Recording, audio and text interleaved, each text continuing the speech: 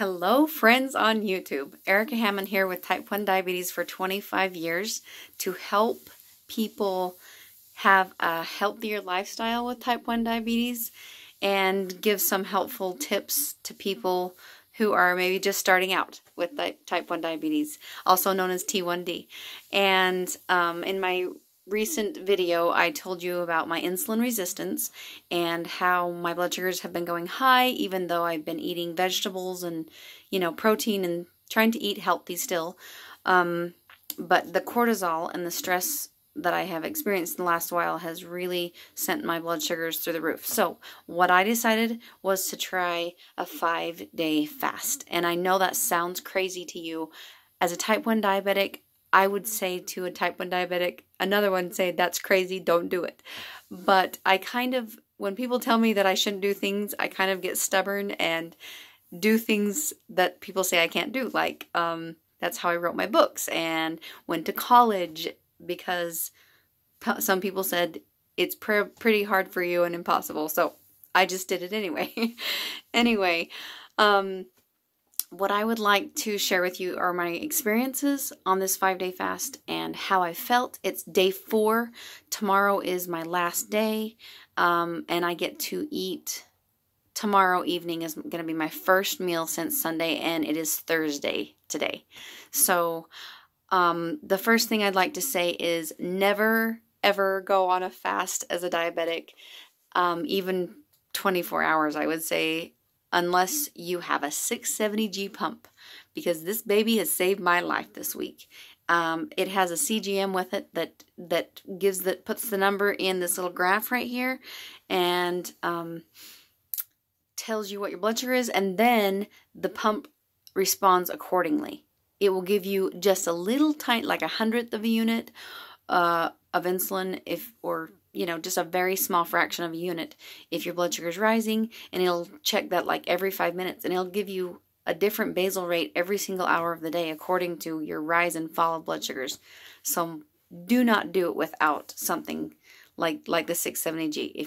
If there's a pump out there like it, I don't know about it. But if you're just taking shots, or you have another kind of a pump that doesn't read your blood sugars and doesn't turn off when you're going low, don't do it. It's just too dangerous, and it's been pretty dangerous even on the 670G, because I've had several lows that were kind of scary. Anyway, so I'll tell you what I've learned for the last 5 days. So Monday, I woke up and I was pretty good because I was used to not eating breakfast, And then about 1 or 2 in the afternoon, my body knew that I had skipped my lunch meal, and it started to get hungry. And then by nightfall, I was so hungry. I was almost sick with hunger. Like, my body was saying, you're used to eating a meal, 2 meals you've gone without, so what's going on? And it was almost like an addiction. Like, I could not go to sleep that night because I was so darn hungry. And then I was kind of shaky as well, but I knew that I had glucagon, or, not glucagon. Maybe it is glucagon in my liver. Is it glycogen?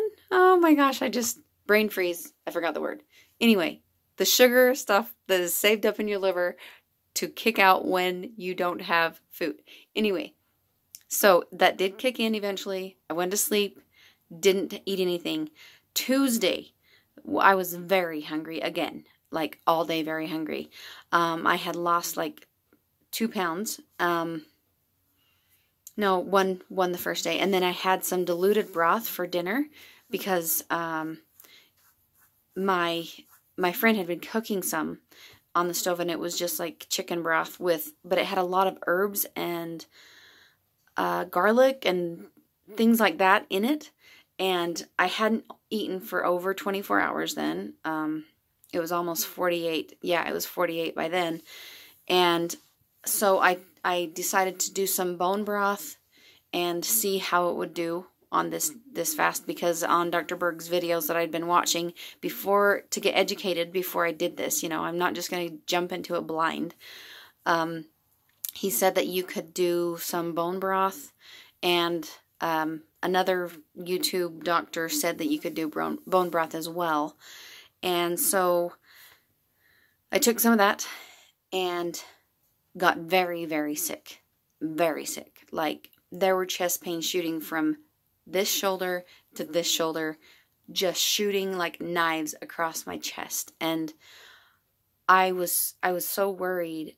I thought maybe I would have to go to the ER, you know, and just get, I don't know, fix me somehow. And they'd probably just say, well, eat some food, but this is not what I was looking for. So I called my friend that had fasted for a prolonged fast, and I said, have you ever had chest pains on your fast? And I like couldn't breathe, couldn't get oxygen, but my arm wasn't numb like a heart attack. So I was like, okay, is this a heart attack, or is it, you know, am I just sending myself into like death because I'm not eating? And she's like, she's not a diabetic, but she said, yes, when I fasted, I had chest pains, and they were horrible, horrible, painful chest pains.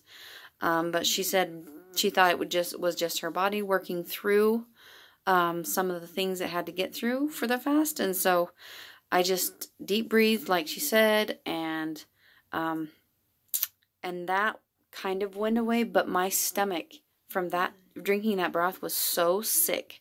For like 3 hours, I just writhed in pain on my bed. And finally, at 8:30, I just threw everything up. I threw up like a gallon of liquid, the broth. And it was because I'd been chewing on ice chips and things to try to help myself. And it was terrible. So the second day was definitely the hardest. But then after 8:30, after I threw everything up, my chest pains went away and I started feeling better. And I don't know if it was because of the garlic and the other herbs that were in it, or if it was too rich for, like, after 2 days. I really don't know, but that's what happened. And so I slept that night, and I lost about another 2 pounds. And then Wednesday, I had broth for lunch, and there was no problem with that. The broth was just fine, and it was a beef broth, and it was more clear. Like, I don't think there was a lot of garlic and stuff in it, so maybe that's why it didn't affect me and make me sick, because the broth for lunch was great. I was like, yay, something, you know. Everything else had been water and tea, you know, some herbal teas and green tea to help lose weight. So, Thursday, again, I had broth for lunch and some broth for dinner. And then also I added a little kefir in because I wanted to get some good probiotics going into my intestines, you know, because they haven't been digesting food for a few days. So I wanted, while they were clean, somewhat clean, I wanted to, you know, have that kefir go in there and give me some great probiotics for my gut and intestines.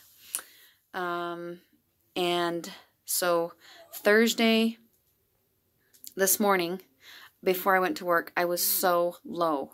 Like, I needed to drive to work, yet my blood sugar was like 45 or maybe lower.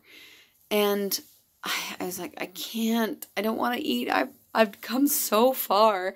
Like, I've already been fasting for 3 days, so I can't break this. But my blood sugar just wouldn't come up, so I just had to eat. Like, I had 3 cashews and a little tiny piece of chocolate, and it brought my blood sugar up just a little bit, and that's what I needed. Like, as a diabetic, I was like, okay, I can't just sit here at home because I have to go to work. I have to get my blood sugar up so I can drive, and so that's what I did. Anyway, so that's what I did this morning. Didn't eat anything but tea, and then had some broth at lunch, broth for dinner, and some more kefir. So I'm trying to get those probiotics back into my gut.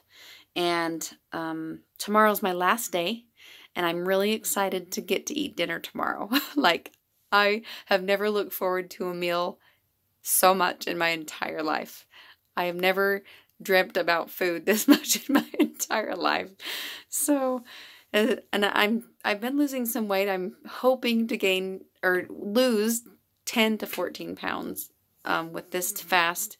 It would be amazing if I could do that. And then I'm going to jump right into keto after this. I'm going to just do like intermittent fasting and keto after I finish this long 5-day fast. So I hope this video has helped you and inspired you. Please be careful. I know I have had to be careful and, you know, pace myself. Also, one thing I wanted to tell you is that I have been exercising for 10 to 15 minutes in the morning, and also taking walks at just short 5-10 minute walks at lunch just to try to, you know, reduce that cortisol. A couple things I've learned before I go is that when you don't eat, especially the first few days, you're really cold. I was very, very cold the first few days. I guess that's because your body doesn't have the carbohydrates it's used to burn for some heat and energy. Never ever go into a straight fast, as I did. I mean, I was eating 2 meals a day, and I went straight into this fast, and my body was just like in shock. So if you're going to try a fast, what I learned is that just do it gradually. Like, get down to 1 meal a day and then 1 light meal a day, and then go into a fast. Don't be eating 2 meals a day before you go into fast. It is so very hard. It's painfully hard. And then the bone broth needs to be kind of less less seasoned broth when you do eat it with your intermittent fasting, or your fasting, because, and the reason that I had bone broth is because one of the doctors on YouTube recommended that you can go on a bone broth fast, and it'll just make it so you don't lose as much muscle mass and just mostly burn fat. And that's what I'm looking for. I'm not looking to lose muscle. And then if you go too low as a type 1 diabetic, you're just going to have to eat a little bit. I mean, I really did restrict it, but when I was going too low, I just had to eat those few little bites, and it was almost like I felt horrible. I was like, I'm eating food. This is so terrible. but you just, when you're that low, you just have to deal. You just do it. So I hope this video has inspired you or helped you, and please subscribe if you haven't already, and share this with your friends who are looking to fast, who are type 1 diabetics or type 2 diabetics, and have a wonderful night.